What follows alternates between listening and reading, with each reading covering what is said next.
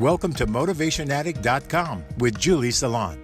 This is where you will find inspiring stories on how to motivate yourself and gain momentum towards success, turning fear into confidence, and how to find divine flow, allowing you to crush your goals. Thank you for being here. And now, let's tune in to today's show. Welcome, everyone, to Motivation Addict. I am thrilled that you are here today. I have Lindsey Rains as my guest today. She is an equestrian blogger and creator of Alta Mira Horsemanship, and that's a blog about foundational principles of horsemanship. She focuses on communication between horse and rider and kind training tactics. She resides in Liberty Lake, Washington with her husband, and when she's not blogging, she loves to knit and explore new coffee shops. So she's an amazing horsewoman. I had a wonderful time talking with her. Welcome to the show, Lindsay. Hey everyone, Julie Salon from Motivation Addict. I am super excited today, super excited because I have Lindsey Rains with me. She is an equestrian blogger. She has an awesome website that I went on. We've had a nice conversation before we actually jumped on the Zoom, and we have a lot in common. So welcome to the show. Thank you for being here, Lindsay. Thank you so much for having me. I'm so excited. I'm so excited to talk to you. We got lots to chat about. So yes. Why don't you tell us a little bit about Alta Mira Horsemanship? That's the name of your company and what you do with horses?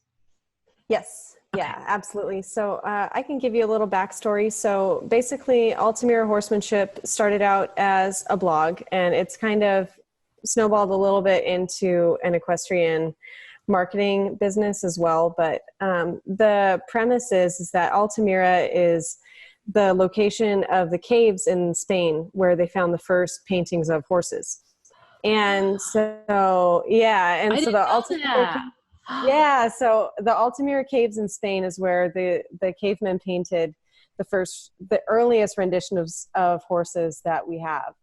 And so the reason why I named my blog Alta Mira Horsemanship is because with my blog and with everything that I write about and want to, put forward into the equestrian world is basically, I want to get to the root of what is the very foundation of our connection with horses, what's been true and what's been timeless. And so essentially what I want to do is just kind of bring forth material that kind of helps equestrian men and women to connect with their horses in a truer way, in a more simple way, and in a way that kind of can relate to all of the different disciplines. And the reason why I started it is because I do like to write, and I've been around horses since I was about 5, and I kind of started, growing up in the show circuit. So, I took a few lessons when I was a kid, and, just Western riding, but then I started the show circuit, and I learned on a lot of different horses, which taught me so much. And I'm so grateful for being able to have learned on so many different, equine personalities. Yes.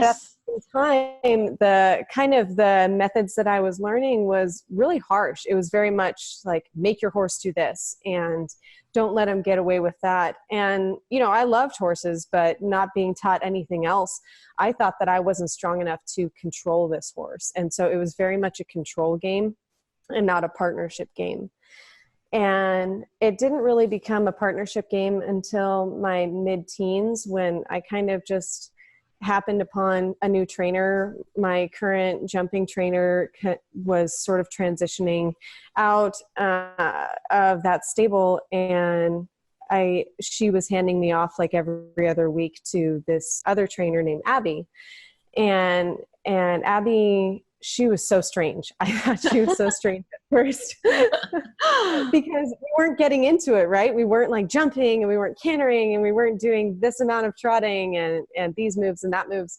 It was a lot of walking and a lot of sitting and a lot of her pointing out to me where my seat bones were positioned wrong and how my position was affecting the horse. And I was like, whoa, yeah, what's the deal with this woman, and what's the deal with what she's teaching me? But, in a really short amount of time, I just started soaking up all of the knowledge that she had to share. And so basically the disorientation was just because she was doing all of the writing foundations over again, but from the perspective of having the horse's best interest in mind.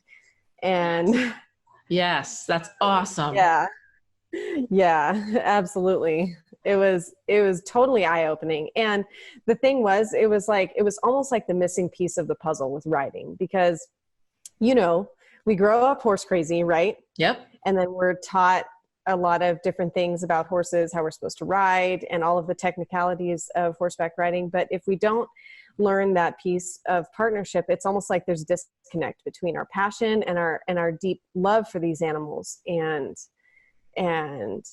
what it is to ride them and to partner with them and to be around them, like, to our fullest capacity. If we don't have the aspect of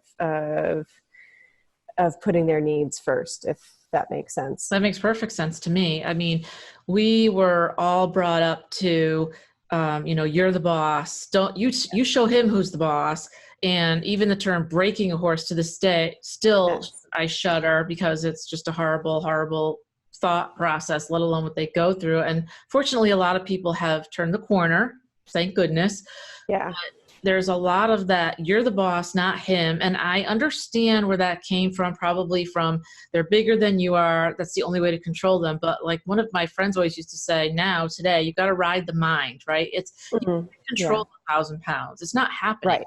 It's not going to happen. And then let's talk about a conversation. So before we get into the conversation, because that's the fun part, let's talk about what you see as a disconnect. And it goes across all disciplines, across no matter what breed. And it doesn't have to be ugly, but tell me what you think the ramifications are and what you see as kind of the breakdown. Why does it happen? Yeah, absolutely. Honestly, I think a big factor is just our own fear. I think that both with the people who are learning and with the people who are teaching, I think it's just been so instilled that we need to control. And that's the center of control, is fear, right? Because we're afraid of being out of control. We're afraid of something happening. And rightfully so. We are dealing with 1,000-pound animals. And then we're also teaching other people to deal with 1,000-pound animals. And so we're looking at Band-Aids for a lot of problems. And I think that by having that fear as our foundation, we're just thinking about self-preservation. And so it's about us, it's about us, it's about us. And then same thing with, our agendas. It's all about what we need, what we want, and we will go and we'll make the horse, go to those lengths. And then we wonder why our horses are exploding on us. We wonder why they're having tantrums. We wonder why they're having, major tension issues in their bodies. And we miss a lot of, medical issues. We miss a lot of tension problems and a lot of really, really simple fixes to just anxiety. The horse may be anxious about a new situation. And if we just took 5 minutes, 10 minutes, 15 minutes to address it as soon as we see it, instead of thinking, oh my gosh, my horse isn't listening to me, what's going to happen? Because we're not only afraid of what our horse is going to do, but also what our friends are going to think and what our trainer is going to think. Mm-hmm. And all that. And what if we don't pass this dressage test, or what if we don't clear our round, or more realistically, what if our horse takes off on the trail? But we're thinking about all of these things that could happen, right?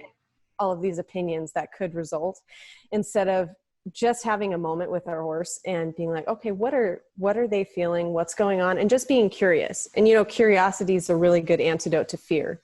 Yes. Because we could just be like, okay, what's going on right now? And just not going to that place of, oh, it's really big, and just be like, okay, my horse could be in pain. My horse could be afraid of a new situation. He might not be understanding me. He could be feeling his oats, today and not wanting to listen. Yep, but that's only one of many possibilities. And I think that just the fact that we're kind of wrapped up in all of these different ramifications of fear, then we kind of miss a lot of that one-on-one connection with our horse, because that's almost the last thing that we're thinking about, is what our horse is going through. And not everyone all the time, but I think that when we have those disconnects, I think that's what's going on.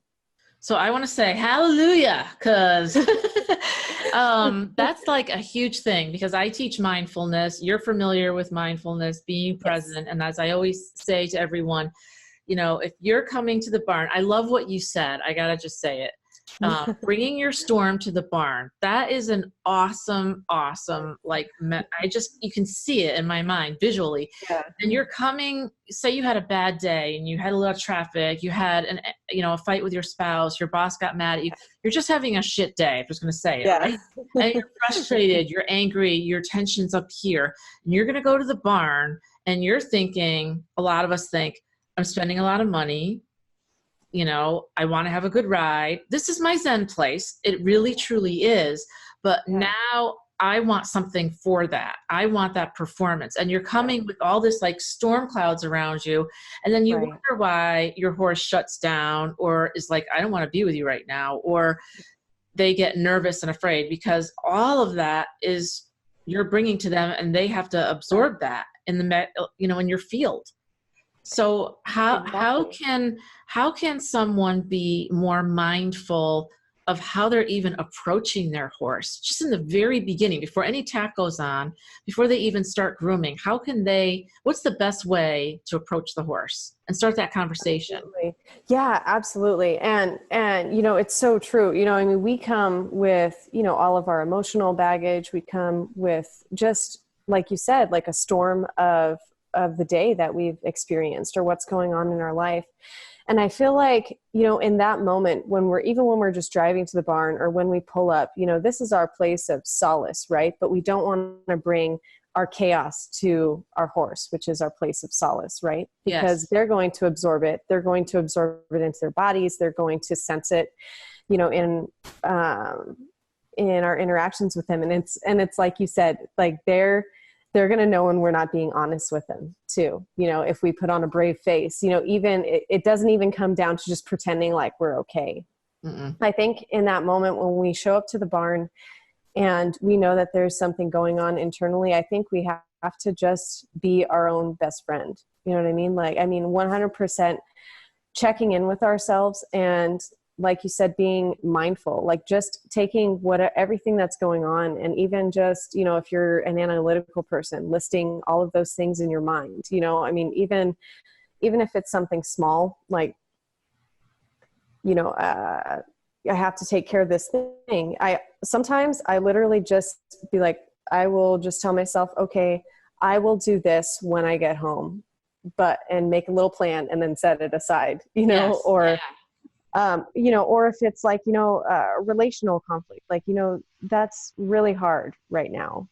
Yep. And I feel really sad about it. Even just acknowledging those feelings and getting them out in the open, you can feel your body relax. You can feel, yeah. And then you're not accidentally unloading that on your horse or accidentally trying to shield your horse from it, because there's that layer of tension where we're trying to hold back all of the chaos, and our horse is going to interpret it as there's danger because she's trying to protect me from something. Right. Right. Or she's placing the burden of danger on me because she wants me to take care of something, but I don't know what that something is. Right. Yeah, that makes perfect sense, because now they're on alert even more. So now their tension's going up, and here you are thinking you're going to have this perfect ride that's in your head that you've seen a million times, which we know doesn't always happen, right? In fact, more times than not, it doesn't. When it does, it's like an amazing day, like you see angels, but it doesn't happen all the time, right? Because you can come to the barn, you can be 100%, and maybe your horse is not 100%, and vice versa. But I think if you can have that moment where you say and be honest with yourself and say, I have a lot of stuff going on today, emotionally, maybe I'm not where I need to be. And that's when I say, you know what, maybe we're not going to ride today. Maybe I'm just going to give you some grass and we're going to call it a day. Because it's really fair to put all this crap on your horse and then you expect a perfect performance on top of it. It's like, it's a lot. If you think of it from a human's point of view, it's kind of almost like, really? Like, it's kind of crazy. Yeah. I know. And it's almost like we're perpetuating the same thing that might be happening to us. We feel like we're being dumped on at work and we're doing the exact same thing to our horse, or, something of the like. We're doing the very thing that we wouldn't want done to us, you know, in a human relationship. Right. And these horses are subject to us in a sense because, you know, we're caring for them. And so in a lot of ways, you know, we have even more responsibility to protect their vulnerability because they do have so much, you know, less control over their environment. Right. Right. We can come and go, but they're Right. there. Right. And they're also experiencing other riders as well around their horses. Right. So don't Yeah. forget that too. My That's a horse good is point. super sensitive. So he's so sensitive. If you know, took out your crop and hit your horse, just a tap or whatever, he feels it and goes like this. So Wow. they see everything, they remember everything. And one thing we were talking about was the incongruency. There was a study done recently that I sent to you, and where they Yeah. showed the happy face, and then it would have like something like an angry voice behind it. So it's like you're coming to the barn and you're like, hey, and all this stuff's going on behind you. And they know you're either nervous, maybe it's a fear that you've had an injury, and let's talk about that a little bit, because Yeah. I had an injury. I'm sure you've had injuries. Yeah. And say you are one of those riders and you're going through a little bit of a tough time right now. How do we talk to them and give them that confidence? Or what happens if we don't have that confidence? How do we approach them if you're still not there yet 100%? What's the best way to go about that? Yeah, absolutely. Well, I feel like we've been saying, is one, just being honest with ourselves. And I think too, once we start getting into riding, you know, we get to that point where we're about to hop on, that's still a moment that we can take to check in with ourselves and check in with our horse. You know, a lot of times, like I've seen friends with a fear of mounting their horse because they've been thrown at the mounting block. So it was just such a huge source of anxiety. I mean, you know, passed out, like just such a huge source of anxiety just to get on the horse. And Oh, wow. something that was really healing in that moment was just her saying, you know, it was brilliant. She was at the mounting block about to get on, has her foot in the stirrup, and she said, I'm afraid that as soon as I get on, you're going to kick me off. And it was such a huge moment. Cause like, you know, she had a friend there, you know, I was there, and she was talking to her horse and she was opening up and being vulnerable.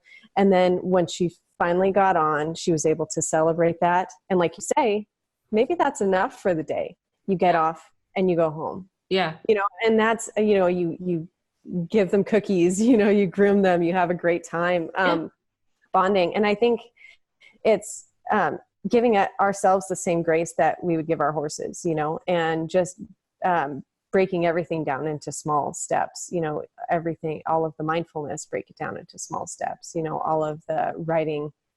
And then, like you said, you know, if you've experienced an injury, maybe you have those memories that you're dealing with. You're on your horse and then all of a sudden it hits you and you're in the middle of trying to do a maneuver, you know, you're trying to do a figure eight in the arena. And then all of a sudden, oh my gosh, panic. What if I fall off my horse? Yeah. And I feel like as you practice that mindfulness, you get a little bit faster at catching it and then releasing it. But I'm interested in what you would do in that circumstance too. And this is funny that you said that, because my horse he knows how to stand at the mounting block, but I've been lax and now he walks off, and I hate that. So I'll have a day where that's all we'll do is I'm going to get on, get off, get on, get off and that's it. And then you always want to end on a good note. But here's the weird thing. Like my horse, because I'm an equine communicator, he told me the other day, he said, listen, you got to get out of the baby pool. I am 50% of this and I will take care of you. Like you're not giving yourself enough credit. Yeah. Together a long time and you got this. So let's just do this thing. And I feel like when I'm honest with him and I tell him I'm a little bit nervous today, he literally is like, like, don't worry about it. And then I relax. They give you those calming signals.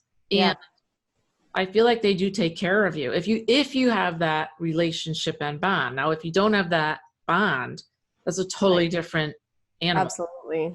Literally. Absolutely. It's a night and day difference sometimes. So what can someone do if they don't have a bond? Let's say they're not intuitive and their horse is doing what they want, but they know that there's something more. They know there's another level. They want that bond. How can they establish that communication with their horse? Yeah, that's a really good question, because I feel like, especially when you ride lesson horses, say you just ride a different lesson horse every week, and you're just approaching a horse for the first time, how do I establish some sort of level of trust with this horse? And it's kind of a common joke that, like, within the first 10 minutes of riding a horse, they're going to test you every way that they know how. Yeah. And Yeah. so Yeah. um, and I feel like being really firm, and this is something that I think took me a long time to learn. I think being really firm in your own boundaries, like where you end and they begin, gives them a sense of security that you're not going to expect them to be the leader in your partnership. I think that's number one.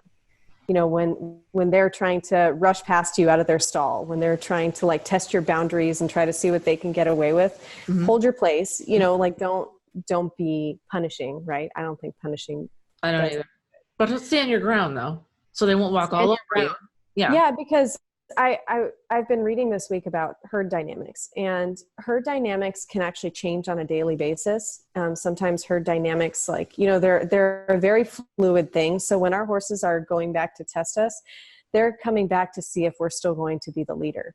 Yeah. And I think just reminding whether a new horse or whether your own horse, just reminding them that you are the leader is huge in establishing that you're going to take care of them, if that makes sense. They don't have to be in charge in a scary situation. Right. I think number one. And I think number two is just taking little moments to be kind and to try to listen, because horses will see when you're responding to the things that they're trying to communicate. So I think the more that you try to be a listener, notice when they're tense, notice when they're letting out a sigh of relief, notice when their head's alert and they're looking back and forth and their ears are all over the place. Yeah. The more quickly you respond to those things, the more your horse, or even a brand new horse, will trust you more quickly.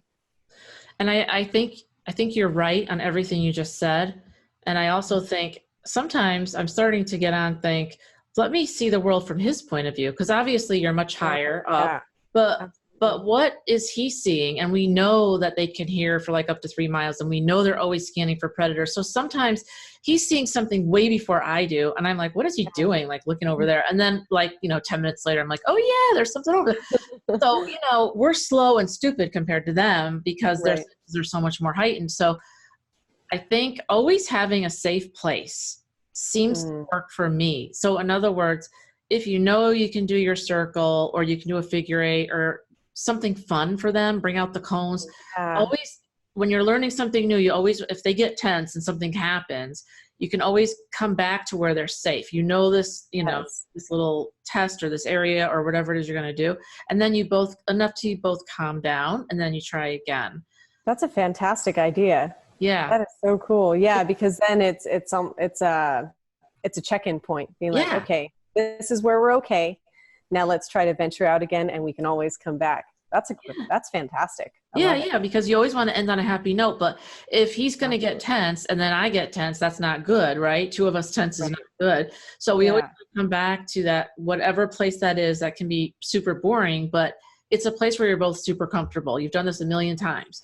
So whatever that is for you, is usually a small circle or something, or just doing a little bending, or just break it up a little bit, especially if you're always doing the same things all the time. Let's talk about that a little bit, because I feel like as you grow in your progression with them, when you do the same lessons all the time, they get super bored and they want something different. So how does changing it up, like I love cones because my horse loves cones and it's fun. It's something different.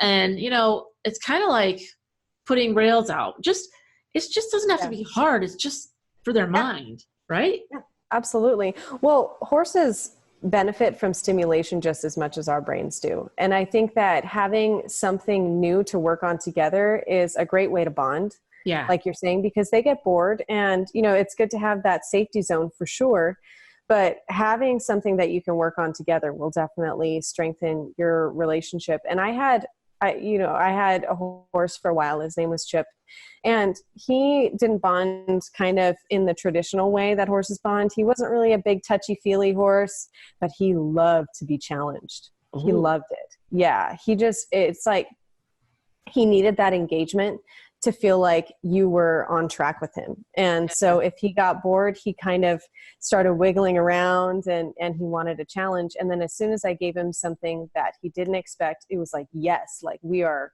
on point. And so he was listening, like he was 100% all ears. And I feel like challenges, I mean, for the more timid horse, or for, he was more of a confident horse, I think it kind of helps you guys stretch and grow together. Absolutely. Yeah, absolutely. And it's good for them, their mind too.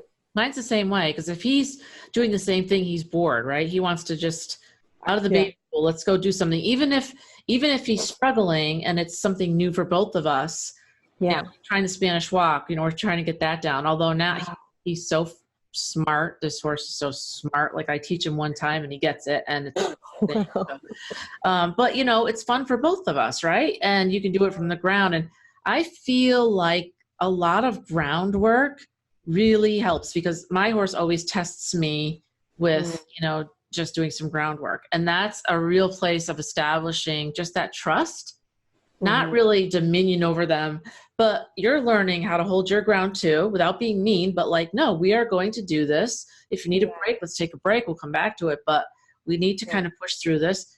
What are your thoughts on groundwork? Groundwork's fantastic. Yeah, I think that groundwork's a really great indicator of what goes on in the arena. And it's a good litmus test too of how the rest of the ride's going to go, because if something's off in groundwork, it's either that they're, like you said, bored and they need a little bit of a challenge, or they're just renegotiating your partnership, just making sure that you're still there. You're not just going to flop over, Yep. And like, are you ready? Here I come. Right. Yeah. Like, are we going to do this or what? And then, but it's also a really great place to see if they're in pain, to see if they're tense that day.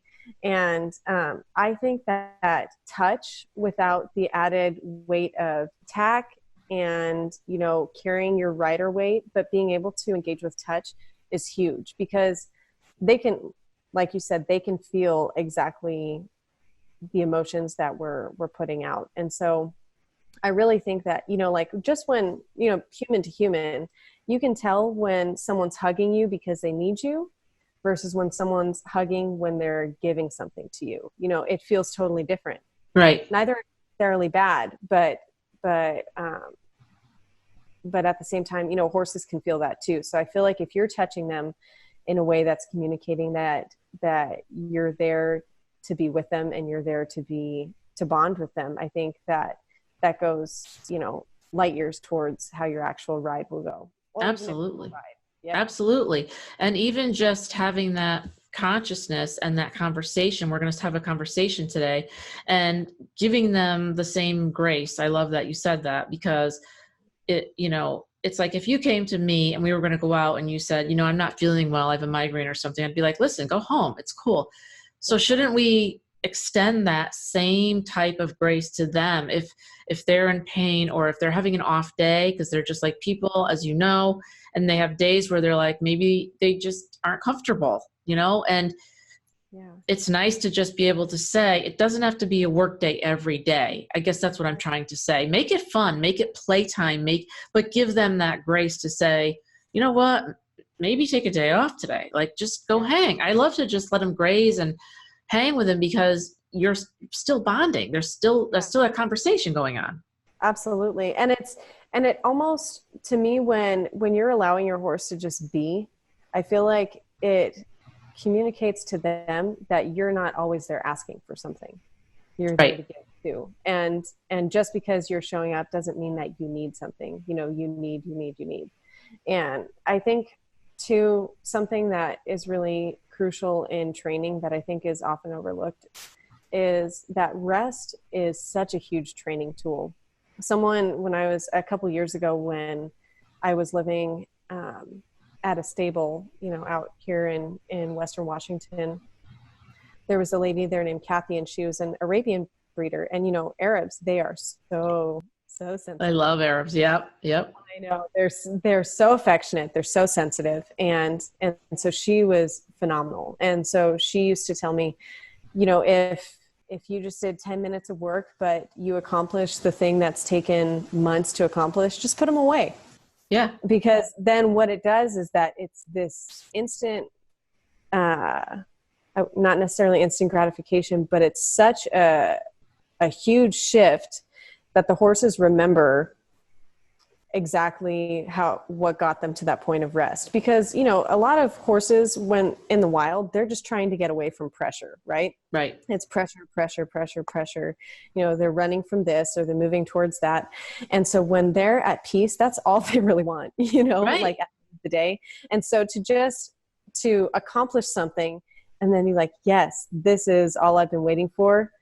And then just hop off, rub them down, give them some cookies, put them away, let them out to pasture. They'll remember that. Yeah. Because their memories are so great. Yep. So rest is such a great training tool. Yeah. You can't, I used to know somebody that rode every single day. She'd ride if it was -10 with 8 feet of snow. She'd ride if it was 100 degrees. And I'm like, no, I wear a vest. So here you are, say 85, 90 degrees, and you've got a helmet and gloves, boots. Thanks. Literally one time I almost fell off because I was like dehydrated, and it's like, wow. you gotta think of them too, right? They're working in that type of heat as well. It's not just you out there. So keep it short, make it fun. But as you said, I think it's important that when you accomplish something, you end on a good note, make it, and they'll remember, what they needed to do to get there, and that they have that release, because it's kind of a release for them. Like, okay, we're done. It's okay. We don't have to go sometimes people are under the thought process of, it has to be an hour or whatever that time frame is in your mind. For me, I was taught it takes as long as it takes. So if you're trying something new, let's go back to the mounting block. If we did it perfectly once or twice, and then we did something else for fun, I could call it a day right then and there. I don't even ride a long time. I can go out there for like 20 minutes and I'm good. Like, it doesn't have to be this gargantuan epic ride. Or what you could do? You could just say, let's get out of the ring. Let's go for a little walk around, whatever. That's fun. That's different, unless you do it all the time, but just something that's a little bit more stimulating, like you said. Right. And even like a change of scenery is kind of like it's almost like a double blessing, because it's rest from what they were working on. Yep. But it's also something new. So it's still stimulating, and it's something new you can do together. So it's almost like getting the best of both worlds in that. Yeah. Yeah. Now let's take it a step farther, and let's just say that you did something and you're done. You're going to go do something new and different, but then your horse is sensitive and they get like, okay, now what? Now we've gone up to this next level. Yes. What do you do then? All I can think of is we got to go back to that safe place, or we have to do baby steps. What do you think? Yeah, absolutely. I think the safe place is a brilliant idea when that happens. And I feel like it doesn't even have to be the same thing you were working on together that day. Yeah. And it doesn't have to be like, because this is where it's kind of nuanced, because it doesn't have to be like, oh, like, let's coddle them. You know what I mean? Yeah. What I've found has actually been really helpful is, like, for example, Chip was really, he would not like to leave the barn property. He could ride anywhere on the barn property, but if he was leaving by himself, he panicked, right? Yeah. And so one time I took him too far, because I was like, I know he could do this, right? And me. Yeah. I'm like, I totally know he could do this. And this was something that I pushed my agenda a little too far, because I thought that he could do it. And he was like, no, I can't. And so, but at the same time, he had gotten so far without panicking, right? Yeah. So I didn't want to just run all the way back and say, oh yeah, you can't do this. You're right. What I mean? Right. So what I did was, like in a situation like that, I could just go back and forth across the barn. So where we're not going home because he got afraid, but at the same time, we're getting comfortable in a smaller version. Yeah. And then do the reward. Like, look how far you've come. Exactly. Right. And then and then you'll use that as your point. I would use that as my point, right? And then push a little farther the next time, but then can go back to that point in a safe place. And I'm a big fan, believe it or not, and I do baby steps, but I'm happy to walk first if my horse will get nervous if we're doing something new. And there's a lot of places to walk around the property, which we really haven't done yet. So I'm going to take him in hand and just walk him around and make sure that he knows it's okay. And like, you're establishing that boundary, even though, but the boundary's growing. So it's still okay. It's just, it's safe. And then you can get on there like, oh, I've been here before. I know what, I got this. So it's not just like, holy shit, you know, because sometimes horses are good with it and they don't care. Some are not. If your horse travels all the time, you show a lot, it's probably no brainer. But if you're not, like, I don't really show that much at all, he can get a little nervous getting farther and farther from his friends, God forbid. So, do you know what I mean? They get a little like sour. So which is a different point of comfort level for them.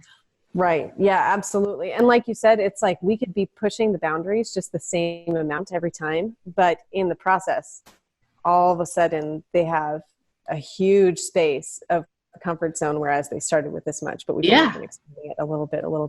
I actually I interviewed a friend of mine, Karen. She had a rescue horse, and this horse went through horrendous things. Like, he had been in such a horrible trailer accident because someone had tied him up too tight, and like the majority of his face got peeled off, and you know, his nose got shattered, and it was horrible. And then he was mistreated before and after that, and you know, and he was also not socialized. And so he wasn't a super social horse. I think he had run in a herd of stallions, but that was about it. And so, you know, not super socialized with people. He'd run in a herd of stallions, not kind of like a mixed herd, you know, where he got to know different personality types. And so he was kind of a rougher horse. And so when they tried working with him, the intent was to break him, to break his spirit. And they did break his spirit, you know? And so Karen got him after his spirit was broken, after his face had been broken. He had gone through like medical rehab, and he had gone to a rescue ranch that did wonders for him, you know, because he got to be socialized with a lot of different people. But the ranch said basically, you know, he needs one person to just love on him. And she did, and she loved on him for the rest of his life. And what she said that she did that was really effective is that she would go out with kind of a plan, because he had so many different things that he was afraid of. And she just was like, well, we'll work on them one by one. And, but some days he would tell her, no, we're definitely not working on this. But he would allow her to work with him on like walking through a puddle of water, which he was completely afraid of, you know, a month ago. And so she kind of let him tell her, you know, what he was ready to handle. And so she just kind of followed that path with him. And soon enough, he was a really, really good horse, and he conquered a lot of fears. And there you go. If you have that bond and there's trust there, then they'll tell you what they're comfortable at. And I think a lot of people, they just have to look and have that moment and clarity of, is my horse really afraid, or is he acting up? Because there are both sides of the coin. My horse never pretends. He if he's genuinely afraid, he's genuinely afraid. So I'm going to give him the benefit of the doubt.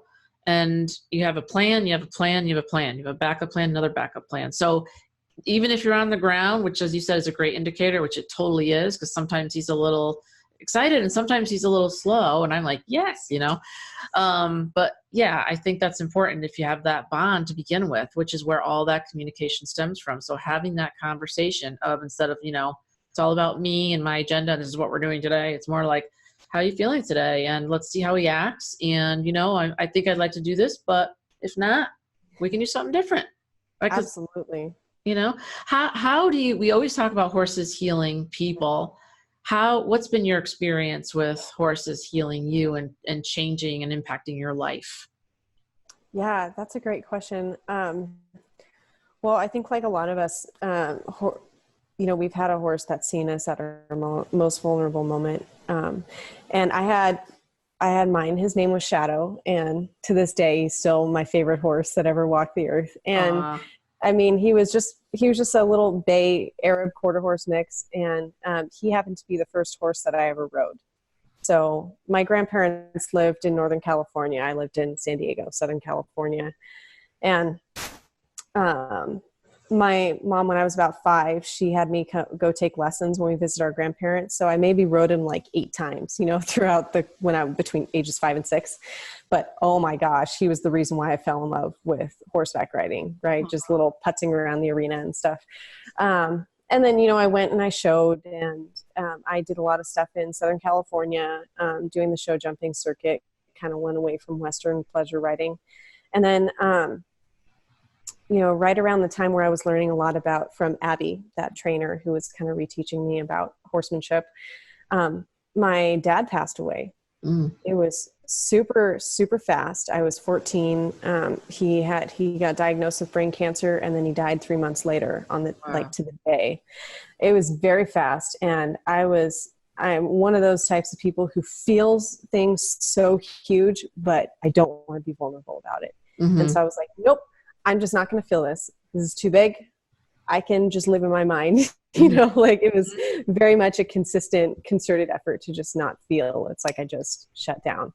But the thing is that when you try not to feel things, those feelings become something else because they have to do something. And so by not dealing with the grief of my dad passing away, I went into this terrible depression. Like I got super, super depressed. My mom got really worried about me because it was like I was just not really caring about life. I wasn't being careful when I was driving. You know, I got into like 2 accidents, and it was nuts. Like I was not caring as much about schoolwork, or I let go of a lot of things that I love to do. And then finally I started approaching being able to heal, and I thought, okay, I finally caved, and I was like, okay, I'll go see a therapist. I'll try opening up like all of this grief or whatever. And it was heart-wrenching, but it was at the same time, it was just like, I didn't really care whether I felt happy or sad. I was just kind of content being numb.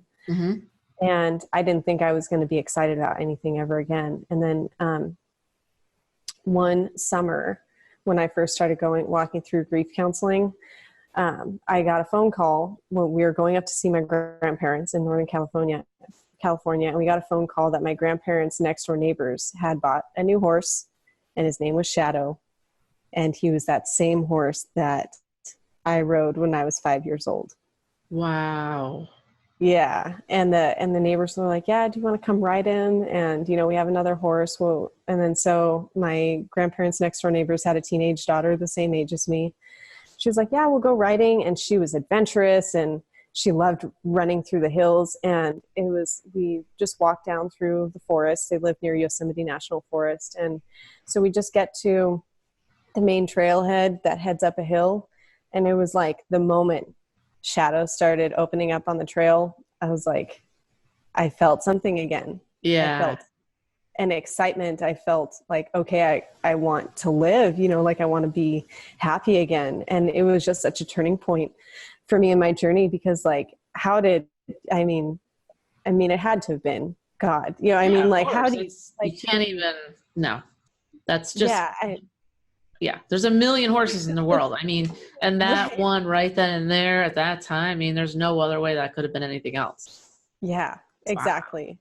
Yeah. And so, I mean, it just, you know, I don't know if horses realize how much they impact our lives, but I'm so grateful that we have animals that can both carry us and that we can carry them at the same time, because that symbiotic relationship, that kind of like interreliance is something that, you know, I've never seen with any other animal. And it just, I mean, I'm so grateful for, you know, having horses, because, you know, at the end of the day, you know, no matter what discipline you do and no matter how well you're riding, it all comes down to that connection. Yeah. You know? And still, like, I mean, in my later adult life, you know, every time that I've had a really hard season, I've had a horse to walk through it with, you know, because they teach us patience and they teach us how to work through our problems, you know, instead of just bottling everything up, because they're going to reflect all of our emotions back to us. Right. And so that's something that, you know, Chip, when my horse, he really taught me when I was going through a rough time, like, you have to do something with this, because he was reflecting all these emotions back to me. So I knew that I was still not dealing with him. So, Yeah. and like, the more I was able to let go, the more smooth, like, our time together was. Right. Well, thank you for sharing that. I completely agree with you, because I had a similar experience. So, when I was younger, I was getting into a bad crowd at school, and my father, we moved a few times. And then my father said, he finally gave in and said, I said, if we move this time, like, if I have to go somewhere again, like, it was 6 places in 6 years due to just the way that things felt, happened.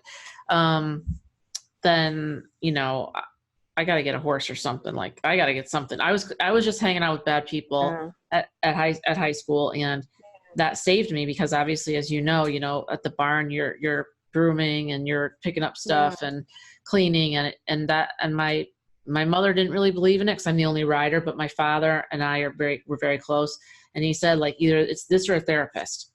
But the horses have always been my therapy, because they've been the only ones that accepted me. So that's why it's like amazing to be around them, because they're the master teachers. They accept you, but they correct you just like they do in the herd. But the correction's quick, and then it's done. They don't hold it against you. They don't think about it all the time like we do. They just, bang, and it's done. And, or, you correct them and it's done. Like, they teach us how to be better humans.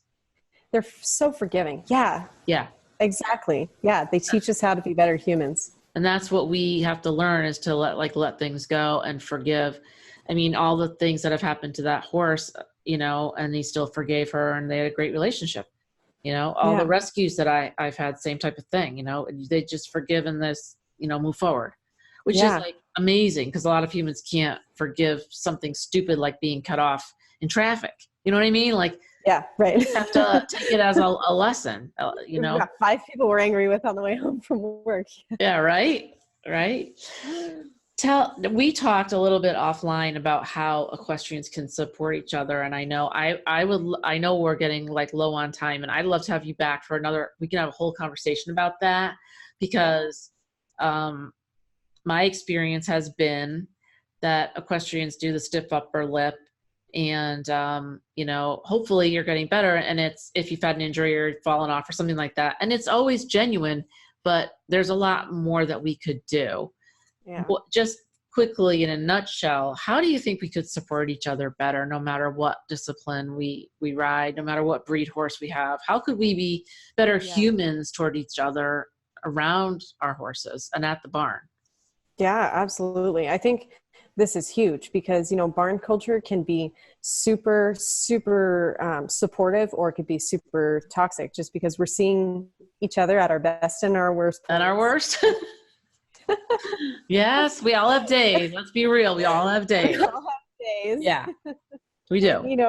We all have this, this common love of horses, but I feel like there's such an expectation of knowing everything about horses because you have a horse. And I feel like what we can do to support each other is, one, be real about what we're going through. Just admit, you have like stuff that you're going through with your horse, or with your riding. Like, if you have like a weakness or a vulnerability, I feel like just being able to be open about it and just be lighthearted about it does wonders. As 100%. 100%. Yeah. And then I think the other thing too is that being able to be helpful when asked, and non-judgmental, of course, but just being that person that's there for other people at the barn, but not in a way like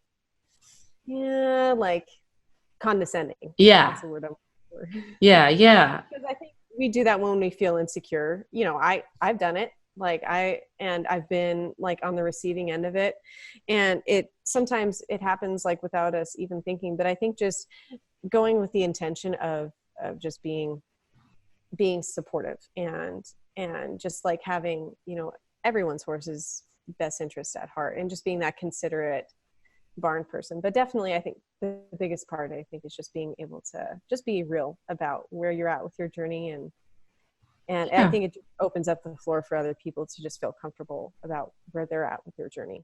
I think everybody is going through something at one time or another. There's not a rider out there, pro or amateur, that has not gone through a moment where they've been afraid, nervous, uncomfortable. I mean, it happens to we're all humans, and these are big animals, and they are quick, and they turn quickly, and things happen. And I think if you could just say, one, like you said, be real about it.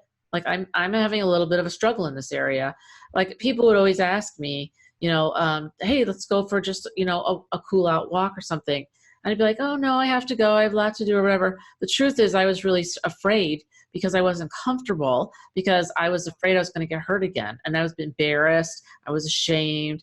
And that is ridiculous. That's so stupid. Like when you think about that, it's like, I don't know why we're trying to pretend everything's perfect, but it's not. And I think if you just said, maybe I'm a little nervous for whatever reason, then they can maybe say, if you could just, how can I support you? Yeah. Just those words would go a long way, in my opinion. Just like, how can I support you? Because that's how we can help each other. And it's up to you to say, I'm okay today. Like it's good, but thanks for offering. But I just feel like there's a lot more that we can do to help each other get through some of the rough patches that we've had, because we've all had them, and we're all humans, and we have bad days where we're just like, I mean, I've had days where I have gotten all geared up, and I've literally just, if there were like 5 people in the indoor, I'm like, forget it. I'm not doing it. Cause I don't ride with a lot of people because I have a big horse and I'm not comfortable. So honestly, I'll just, and he looks at me like, oh, really? Like we're all ready to go, but if it's, 10 feet of snow outside and there's nowhere else to go and everybody's in the indoor fighting for this much space, I'm like, I'm just going to wait till a better time. I'm not doing it. But I think if we could just support each other, I think it'd be helpful. I think it'd be a nice place to start. Yeah, absolutely. Tell us about your book, because I know you're writing a book and I'd love to know more about it. Yes, absolutely. So my book is just kind of an extension of my blog. So basically it's called Basics of Building Trust with a Horse. And it's just like it sounds. Cool. So we walk through 3 sections. So one is, how does your horse communicate both to other horses, and how does your horse communicate to you? Because there are certain things that horses just mostly do with humans. And then there are things that are universal between horses, and then how they communicate with humans too. And then the next section is, how do you bond with your horse? So we talk about boundaries, about partnership, about doing things just to bond, not to have an agenda. And then, how to pick up on fear and how to pick up on pain and that sort of thing. And then the third section is to how to train and ride your horse, knowing all of those things. And, awesome. The book is kind of like, I feel like there's a lot of good books out there about training. So why add mine? Right. But yeah. I feel like there's, I want to come from the place of what we talked about, of knowing what it feels like to not know what's going on, or not feel like I'm the best rider, because I've never been the best rider. I've never been great at understanding horses, but just coming from a learner's perspective, someone who might not be able to afford, a fancy trainer, or, be able to do lessons consistently. Like, what can we do just to improve our bond with our horse so that our riding and our training kind of springboards from there. Yeah, I love that because I'm the same way. It's like, I've never been the best rider. I'm not the worst and I'm not the best. I'm probably somewhere in the middle, but we can always learn more. And if you might be in a position where you don't have access to a top trainer, or your trainer's maybe not the right fit for you there, and so the communication's breaking down, there's a lot to that too. So I think that this is perfect for everyone, because these are the building blocks. And I completely agree with you. It's not about, there's a lot of trainers out there. We're not competing with trainers. Right. And I'm not bashing trainers either, because they do really great things. Yes. That I could never do, getting on these 2-year-olds and training them and giving them all that experience. Yeah. But there are things that you can teach others from your experience as to how to bond, maybe getting through some of that fear. And I love the boundaries. I mean, we could talk about boundaries too next time, because that's a huge, huge thing, especially if you've been a nice person like me and taught to people please. Yes. That's a big deal.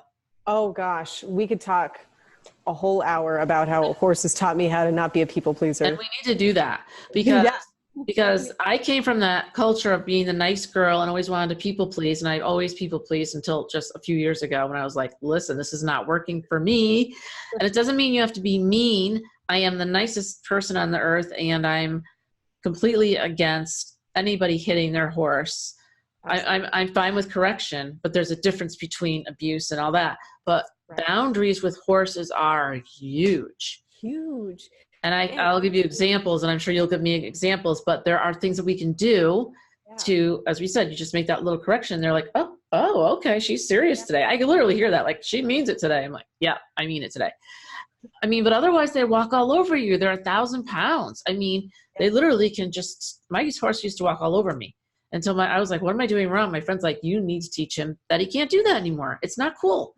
Yeah. Just like if you have a baby and they whine all day and you just let them do it. It's like, you don't want a big baby that's 1,000 pounds that thinks that everything that they do is okay, because they can hurt you and hurt other people.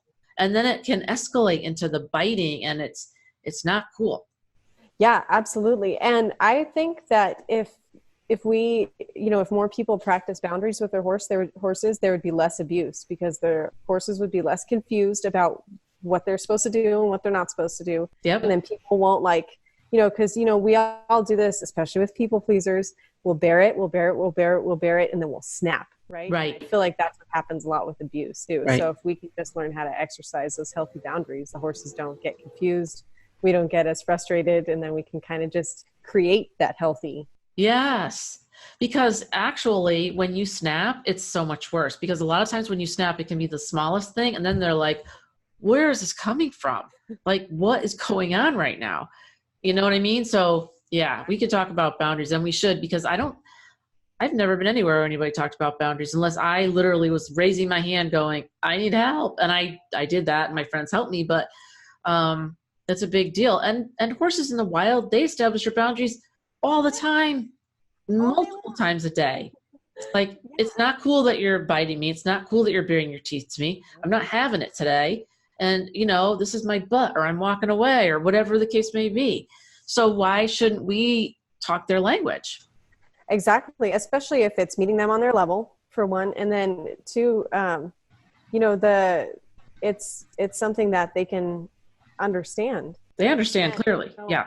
And I've been, researching these herd dynamics, and with the herd dynamics, all horses want is to be at peace. And something that one researcher was saying is that the more clear who the herd structure is, or hierarchy, more at peace the herd is. If there's constant question of okay, who's the leader now? Who's the leader now? Well, this is how it was yesterday. This is how it is now. The herd's going to be in a little more chaos than if there's a really well-established order. Same thing with humans. Yeah. Same thing with humans. Who's going to be the leader today? Right. And you want that respect. That's another thing you talk about, respect in the what if your horse doesn't respect you? There's so many things to talk about. Yes, I know. It's just like a huge, it's like this one topic that we kind of overlook, but it's like, it has such far-reaching implications with everything else. It does. And here you are expecting your best ride ever, right? Like, if the more I say that, the stupider it sounds to me. Like, really? But it's true. We all think that way. We all think that way. And we want that great ride, and we want to be that 50%. I want to be that 50% partner. I want to hold up my end of the deal. And my end of the deal is to be kind to you and give you boundaries, and you'll take care of me and I'll take care of you. And nobody's going to let each other down. And that diminishes the expectations. Both of you have the right expectation. We know where each other is, and everybody will be happier. And it's not that the horse is a bad horse anymore, because I think the breakdowns, the horse takes the brunt of that a lot of times, and that's not fair. Right. The human doesn't get it. And yeah, so. Exactly. And then misunderstandings ensue. Not good. Not good. Well, I think at least we've solved one world problem today. What do you think? Yeah.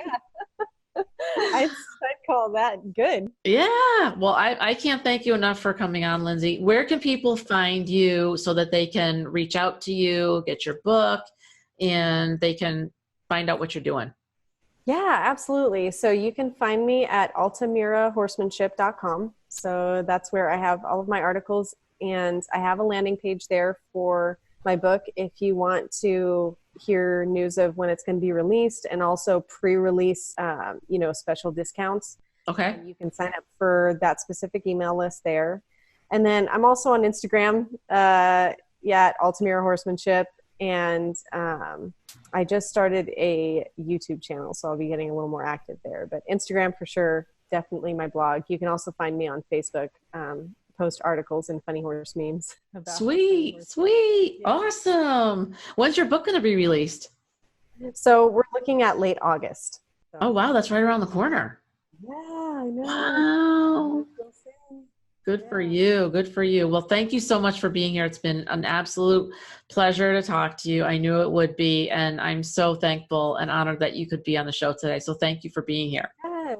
Thank you for having me. It's been great. Awesome.